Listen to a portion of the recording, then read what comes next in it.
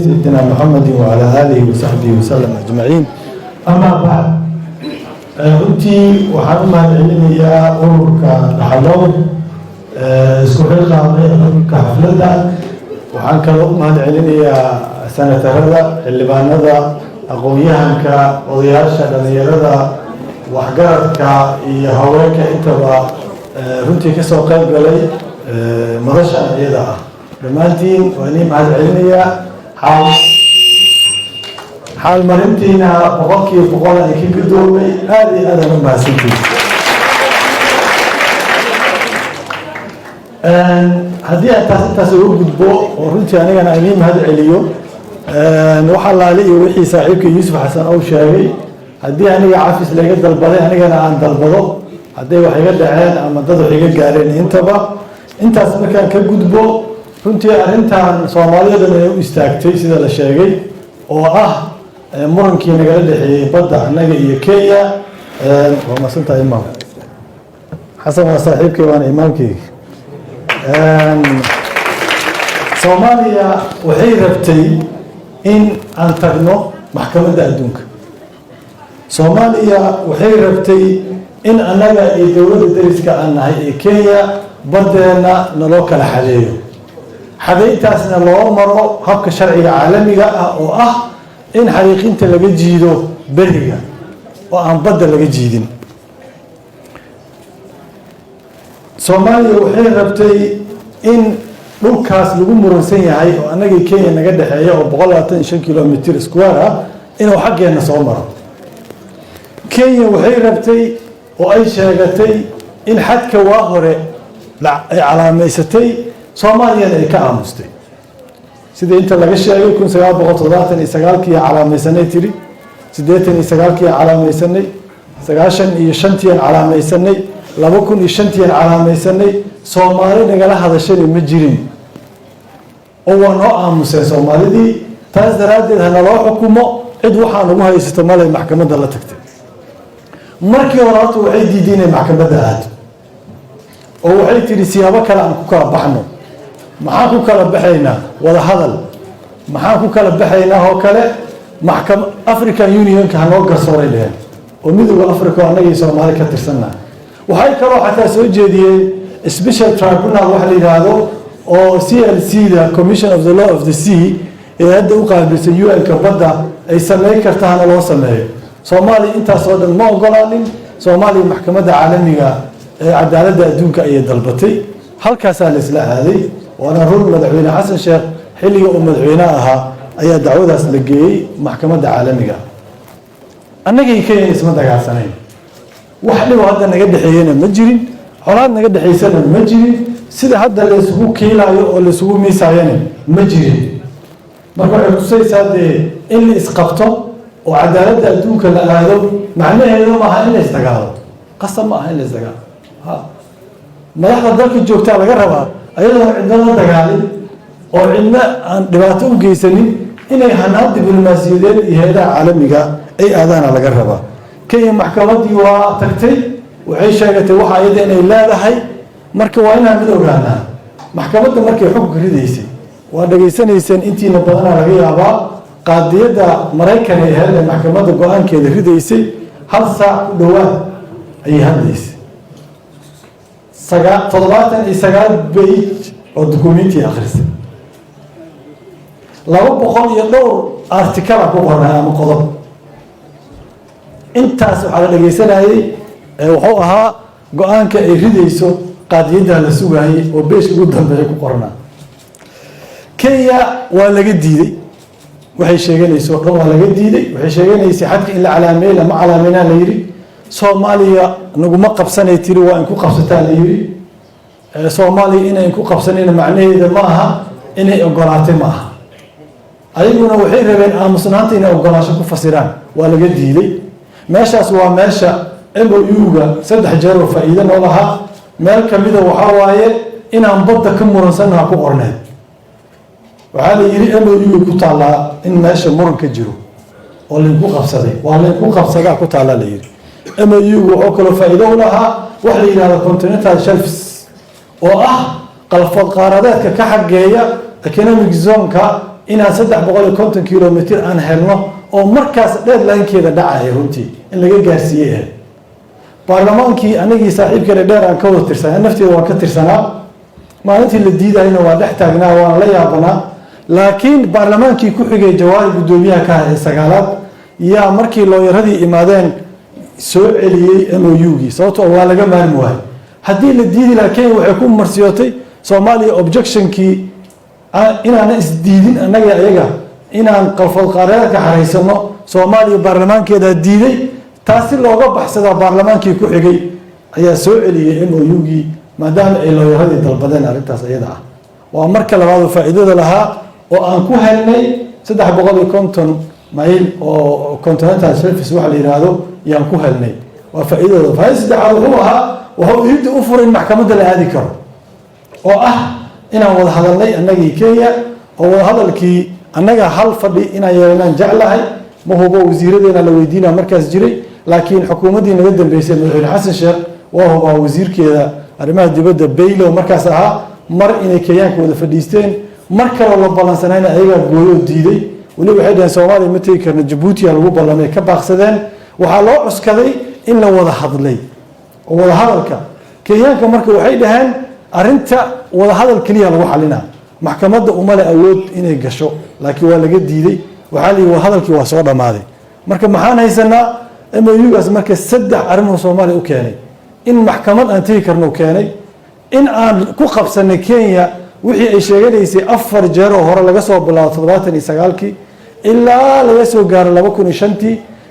2009kii muran la geliyay dad Soomaali waxay arkayeen muran gelinta inay xumaan tahay laakiin waa lagu faa'iiday hadda markii maxkamaddii la tagay 350 maylna waa ku soo helnay waxaas oo dhan oo wanaag adoo qabanaya aamina si fiican u sheegtay xildhibaanada waa sidii nabi yuusuf oo kale asagoo la dulmiyo ceelka lagu riday walaalihiis ay ceel ku rideen ee haddana waxay lahaayeen awr wanaagkiisa tuug waxaa jiray ay lahaayeen sida la sheegay laakiin maxaa meeshaas marka anaga aan ka bara karnaa arrintan guushii waa timid waa soo hooyanay dad badan oo hadda waxaa arkaa horta waxa dadka wareeriyey waxaa maqli jiray culummo aana wareerisay dadka oo dhacda dadka waxaa wareeriyey ka horta kuwa aqoonyahanka sheegana kuwaas dadka wareeriyey mid walba waa soo istaagaa wuxuu ku leeyahay kayskan saan waaye intay ka dhacday wax inta badanna waxay ku hadlayaan waa theory la yidhaahdo dhagar maleeg conspiracy theory la yidhaahdaa dhagar bas ay maanta oo waxooda ku dhisan yihiin wax mala awaal ay isaga dhisan yihiin MOU-ga waa hal page iyo bar ingiriis simple ku qoran xataa ingiriiska adag kuma qorno oo sharciga adag xataa kuma qorno qof kasta oo luqadda ingiriiska yaqaan akhrin kara fahmi kara ninbaa ku soo istaagay saas weeye professor Hebel la yiraahdaa arintaas saan waaye kuwaas dadka waa wareeriyay siyaasiyiin sida la sheegay dan lahna dadkii waa wareeriyay oo isla Hebel ku qalloocina dadkii waa wareeriyay dadkii caamadaha marka waa la wareeriyay ayagu dambi ma laha oo aqoonyahankii iyo siyaasiyiintii waa wareeriyay laakiin meesha wax dhib badan ma oolin baruntii hadii la fiiriyo maxay marka annaga halkaas aan ka aadnay waxaan rabnaa inaan ka aadno Soomaaliya iyo Kenya annaga badan lahayna ma jirto bad ay Kenya lahayd ma jirto annagana badda Cabdiraxmaan ogaa si fiican u sheegay xildhibaanka annagana siyaan u rabnay badeena baysay lahayd waxaan niri badda maadaama aan loo kala calaamaynin baddana waxaa lagu yeeshaa page-ka labaad ay ku qoran tahay xukunka laga soo saaray hadda heegay ku qoran tahay qofkii raba qaadiyadda waxay tiri bad waxaa lagu yeeshaa ama xad waxaa lagu yeeshaa inay labada dowladood ku heshiiyaan oo ayagay dhahaan saanaan ugu heshiini ama in loo kala gal sooro laakiin adiga inta iska baxdid adiga hadda inta baxdo dhul meeshaan yaallo ana iskala ma dhihi kartaa ma dhihi kartid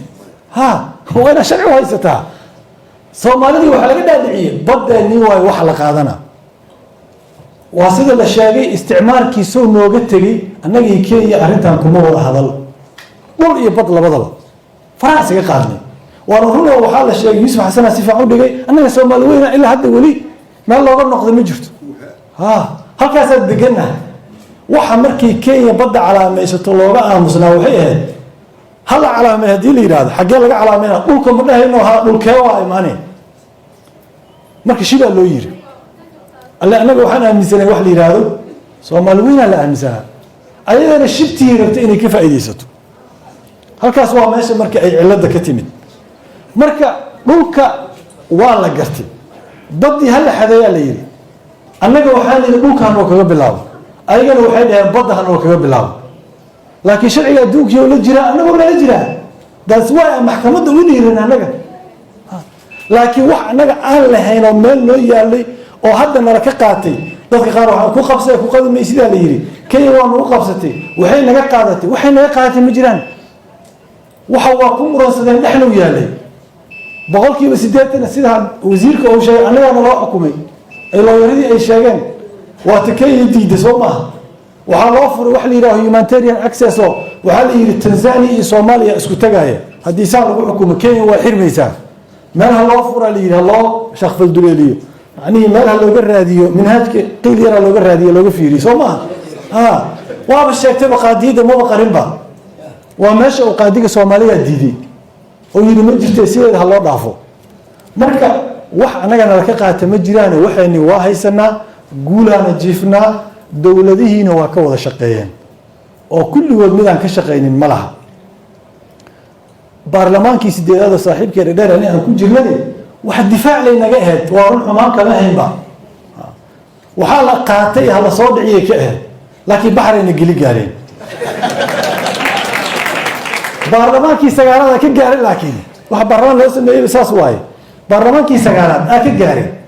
oo soo qabto oo jawaari maadaama nin sharciga yaqaanana uu ahaa waxaana aad u fahmay asagii dowladdiina isla fahmay runtii madaxweynihii markaas joogay si fiican oo uga shaqeeyay xukuumaddii wixii dhammaay dad isfahamsanay noqdeen dadka markay aqoon leeyihiin waxay uga duwan yihiin dadka kale waa sidaas waa inaa ogaatiin intaasay uga duwan yihiin dukumentiga loo tegay akhrinayaan waa fiirinayaan dalka danba ugu jirtaa haa laakiin haddaadan aqoon lahayn dee wixii waa ku wareereysaa waaba waxaa is leedahayba iska tuur intii ay ku imaanayeen marka looyaradii ay yimid waa la soo celiyey waa la keenay waa MOU gadaala loo soo celiyey doodii saasay ku bilaabatay saasaan ku guulaysanay inaan ogaano waayo marka maxaan ka baranay marka horta Soomaali badan sharciga adduunka fahanay waa runtiis Cabdiraxmaan hadalku yiri waa markii ugu horeysay diblomaasiyada aan ku guulaysanay horta doodii Soomaalida waxay baratay sharci muxuu yahay international law muxuu yahay maxkamadda cadaalad adduun maxay tahay anaga dee raganimo aan ku qaadan jirnay Soomaali Kenya inama taqaanaan iyo dagaal Soomaalida dagaal ay taqaanaan wax sharci iyo diblomaasiya lagu kala baxaa Soomaali ma taqaano bal iskuma sheegayno inaan diblomaasiya sharci horta aan guul ku keenay waa taariikhi waa koow oo markii ugu horeysay inta kale qorayna noo cabaysnaa hadda xataa waa noo cabaysan yahay marka qoray noo cabaysnaado lama rabo adduunka sharciga lagu kala baxa Kenya waa naga awood badan tahay waa naga xoog badan tahay waa naga galgal badan tahay waa naga taageero badan tahay madaxweynaha hadda wuxuu gudoominayaa Soomaaliya golaha ammaanka yow la fadhiyay madaxweynihii ugu horeeyay Afrikaan oo qaabilo madaxweynaha Mareykanka ku tabarmanihin laakiin sharciga nooga hiilay sharcigan aadnay sharciga noo hiilay waliga Allah marka sharciina ku dhiganaata u baahanta xoog hadaa aad waa laga xoog badan wax ku keenay male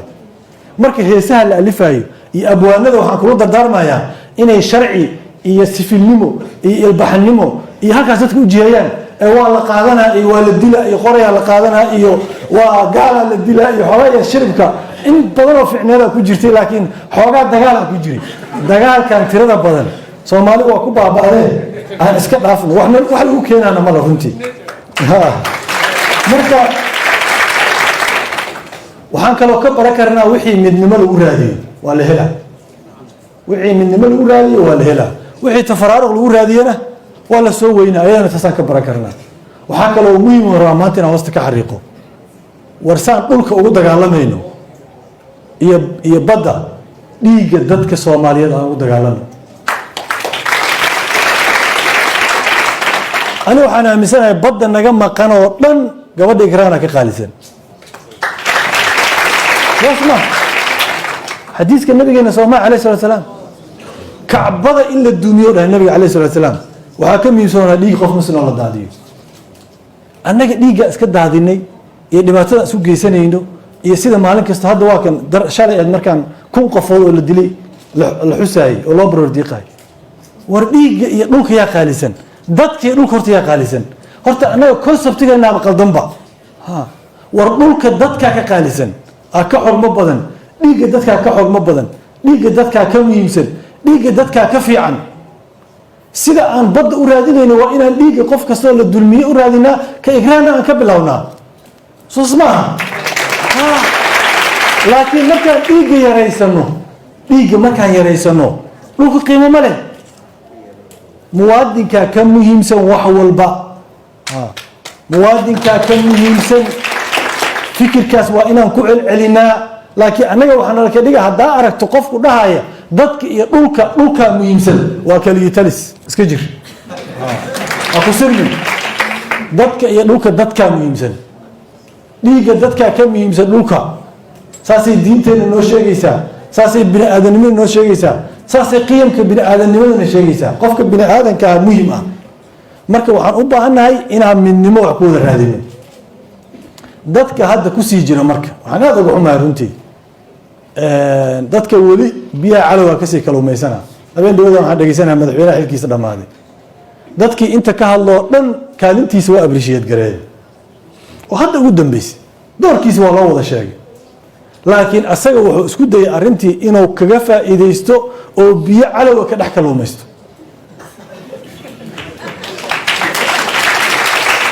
oo MOU-gii dadnimada waxay ku jirtaa ama decency wax la yiraahdo ama dadnimada waxay ku jirtaa qofka aad siyaasadda isku haysaa xataa guushiisa inaad qiri kartid qof asaga u diida mala guusha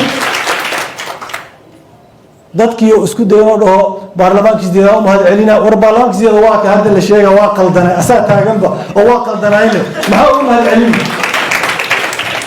tusaale aan haddeertaan anigii dhagdheer baarlamaankaasaa ku wada jirnay waxaan siixinay heshiis sharci la yidhaahdo dhaxal dhowr maxaa ku qornay ma taqaaniin inay dowlad soomaaliyeed ee shacabka soo doortaan keliya ay ka hadli karto arrinta badda iyo dhulka dowladdii xasan sheekh maxamuud iyo dowladda farmaajo madaxda kenya shacab maa soo doortay hadday badda ka aamusi lahaayeen ka waran dhaxal dhowr waa qaldanaa heshiiskaas sharcigaas baarlamaanka waa qaldanay waa heli kartii waxaa ku qoran dowlad dadka soo doortay war dowladda soo goorma gaaraynaa waxaynu waa wada tegi rabaa ya marka fiiri caadifadii emotional wax lagu gaaray war baarlamaankaas go-aankiisiina waa qaldanay waxaa ka daran wallaahi madaxweynaha waa ogyahay farmaajo waa ogyahay markuu hadalkaas jeedina inay baarlamaankii go-aankiisa khalad ahaa waa ogyahay sababtoo ah looyarayaa u sheega waa ogyahay laakiin daduu ku xume isleeyahay xaggaasoo ka baxay ra-iisul wasaarihiisii ku laabay kenya ay usoo dirto dhahay ra-isul wasaaraha oo goormay kugu diraysa kenya xagga uu ka aaday madaxweynihii jubbaland axmedoob oo la koray war waxaas dadnimo maaha maantaasoo kale waa maalin guuleed waa maalin la isku wada tahniideeyo waa maalin guusha la wada sheego waa maalin midnimo la muujiyo waa maalin xataa dowladda dariska ee aan guusha ka helnay loo muujiyo inaysa guushaas iyo waxaas ay tahay wax kale annaga ayagana daris aan nahay waxa naga dhexeeyana ay ka badan yihiin waxaan isku diidanahay leadership kaas waaye hoggaankaas waaye hoggaankaasaa la yidhaahdaa ee hoggaan afkiisa iskaga aarsana cidda oo kale ku boodaayo maaha waa ilaahay mahadiis doo xasha shaq soo reeb inuu mahad celiyo intaasaa malaya baraaniyo marka waxaa muhiim ah midnimo soomaalida waxaan ku weyno ma ku helayno tafaraaruq waxaan rabaa inaan kusoo gabagabeeyo dalka wuxuu ku jiraa xaalad aan lagu fiirsan karin haddaan rabno inaan waxayna dhacsanno adduunka derisnimo kula noolaano horumar gaarno dowladnimadeena ay bilanto waxaan u baahannahay dowlad keliyana badbaadi kara war ilaahan ku dhaarshay qaran ildihiisa ballaqan yihiin dowladdiisana itaalkaa aragta ay leedahay dadkiisana oo qeybsan yahay miyaa adduun la tartami karaa lama tartami karaa waa ficneed habeen dhaweed markii oo madaxweynaha xilkiisa dhammaaday ciidankii kii booliska calankii militariga gaashiis lasoo dhoobay waxay calaamad ka tahay ciidan aan leeyahay sooma ciidanka xaa kuu joogaa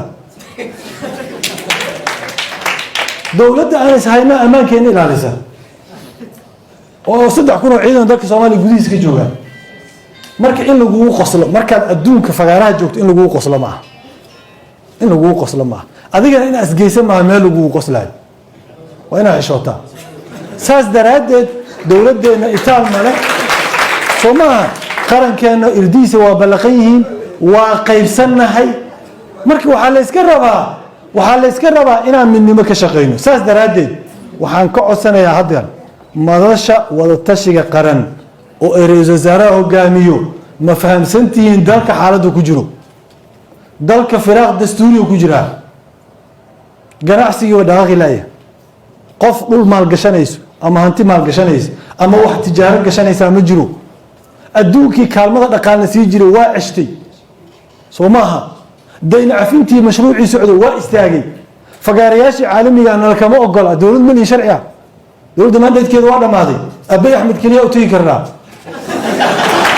maanta uma aadi karno dowlad sharcigeedii waa dhammaaday waxaanoo kale waxaa la yidhahdaa marka hubanti la-aana la yihahdaa uncertainty uncertainty la yihahdaa dalkii wuxuu ku jira hubanti la-aan qof kasta waxay ku leedahay horta doorashada hala galo xataa kii dhul gala raba kuwa dhulka gala hadaa weydiis waxay ku leeyihiin dhulkii waa taagaya maxaa dhacay doorashada la sugaa war wadankii halisa ku jiraa saa haddii kusoo socda dhibaato waaye walaalayaalow waxaan annaga hoos noogu sheegteen intay isku imaatiin ummadda soomaaliyeed kor ugu sheega haddaadan ergo 100 qofooda ku qaban karin doorasho dadka u sheega haddaadan laba magaalo doorasho qaban karin dadka u sheega wixii aad doorasho ku qaban kartaan tabar ummadda soomaaliyeed u sheega waraysul wasaaruhu ummadda taas ku hogaami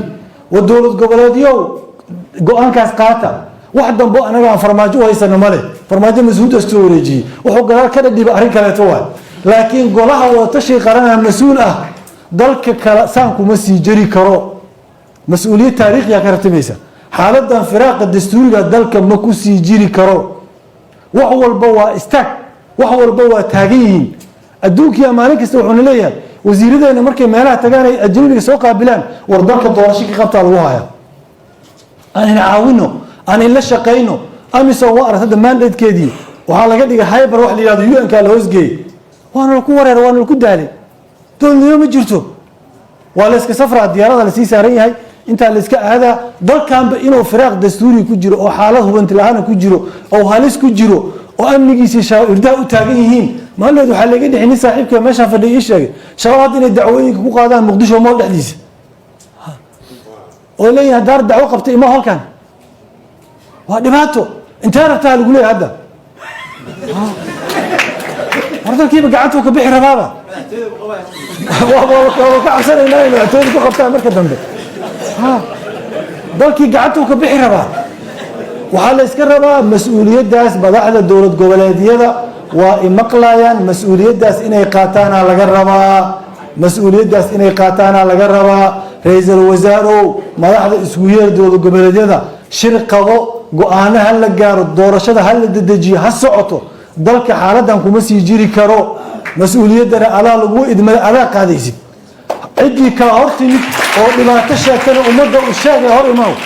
dadka hor imaaw hebel iyo hebel wax laga soo casiilay ay dheh war dowlad goboleedyada ku dhimayeen sanataradani saaxiibkii sanata dhigdheer sanatarada laga reebay la soo dhameystiro waxa uu maleynaa galmudug waxay ku dhimayeen meesha la yiraahdo iyo Jubbaland walaalayaal soo dhameystira sanatarada hal maalin doorashada qaban kartiin qabta si aan u bilaawno tii xildhibaanada dadka Soomaaliyeed say kor ugu hayeen arin doorashada waa ku daaleen waa lagu dhiig baxay waa lagu dhibtooday dalkii xaalad halis ku jira intaas ku soo gabagabeynaya markale waa inii mahad celinayaa ina xafadan ka soo qayb gashaan ina ay xal marisaan waa mahadsantihiin wassalaamu calaykum waraxmatullaahi wabarakaatuh